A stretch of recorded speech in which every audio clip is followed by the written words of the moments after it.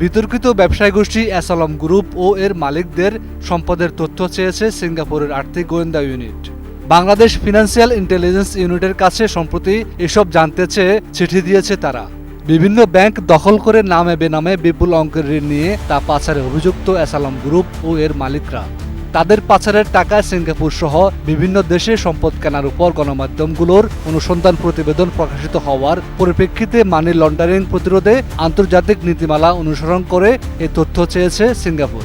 গণমাধ্যমে প্রকাশিত প্রতিবেদন অনুযায়ী 1 দশক ধরে সিঙ্গাপুরে হোটেল, বাড়ি, বাণিজ্যিক স্থাপনা সহ বিপুল সম্পত্তি কিনেছেন সাইফুল আলম। যদিও গত সরকার এ বিষয়ে কোনো ব্যবস্থা নেয়নি। গত হাসিনা সরকারের আমলে অ্যাসালমের অর্থ পাচারের অভিযোগের বিষয়ে তদন্ত না করতে উচ্চ আদালত থেকে একটি আদেশ দেওয়া হয়।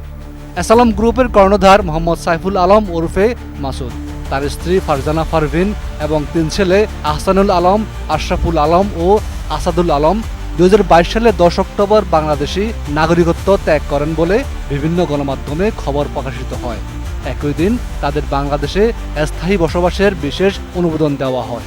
মূলত বিচারের মুখোমুখি করা হলে আইনি ঝামেলা এড়াতেই অ্যাসালম গত হাসিনা সরকারের সহায়তায় এই ব্যবস্থা করে থাকতে পারেন বলে মনে করেন সংশ্লিষ্টরা।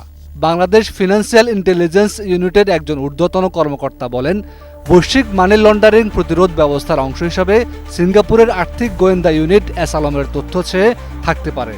কেননা বাংলাদেশ থেকে অবৈধ উপায়ে সিঙ্গাপুরে সম্পদ গড়ার একাধিক রিপোর্ট হয়েছে। এখন অভিযোগ খতিয়ে দেখেই ব্যবস্থা না নিলে দেশটি বৈশ্বিকভাবে মানি লন্ডারিং নীতিমালা পরিপালন না করায় অভিযুক্ত হবে। ওই কর্মকর্তা আরও বলেন, অ্যাসালমের বিষয়ে তথ্য দেওয়ার জন্য বাংলাদেশ ব্যাংক একটি প্রতিবেদন তৈরি করছে। সেখানে বাংলাদেশ থেকে বৈধ উপায়ে অ্যাসালমের কোনো অর্থ বিদেশে পাঠানোর অনুমোদন না থাকার বিষয়টি জানানো হবে।